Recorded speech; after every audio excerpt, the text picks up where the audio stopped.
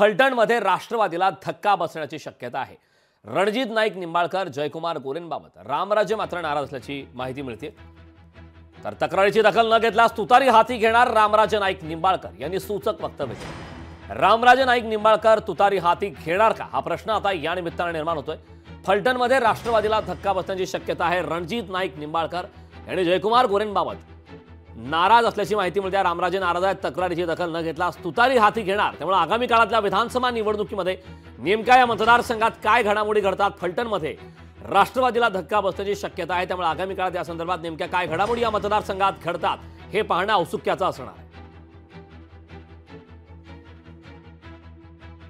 रणजित सिंह नाईक निंबाळकर आणि त्यांचे साथीदार जे गल्लोगल्ली दहशत करतायत त्यांच्या विरुद्ध आहे आणि या दहशतीला भारतीय जनता पार्टीला सत्तेतनं साथ देऊ नका एवढीच खरी आपली तक्रार आहे। ते बरोबर आहे का? तेवढं त्यांना सांगून बघू। तुम्ही तयारीने या, महिला येऊन द्या, आपण एक तास वेगळा कार्यक्रम घेऊ आणि विषय संपून टाकू।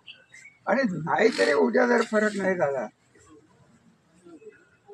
आपल्याला तुतारी वाजवायला किती वेळ लागेल?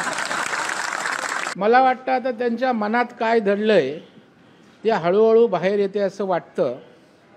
परंतु मला वाटतं लगेच प्रतिक्रिया त्यावर अंतिम देणं योग्य ठरणार नाही। त्यांच्या मनातलं काय असेल तर देवेंद्रजी, अजितदादा आणि राज्याचे मुख्यमंत्री समजून घेतील। परंतु ज्यांना तुतारी फुंकायचीच आहे, वाजवायचीच आहे, ते त्या ठिकाणी वेगवेगळ्या प्रकारची कारणं पुढं करून अखेर आपलं उद्दिष्ट किंवा इप्सित साध्यच करतील। हे येणाऱ्या राजकारणात टप्प्याटप्प्याने आपल्याला दिसून येईल। लोकशाही मराठी ऐका, पहा, जागरूक रहा।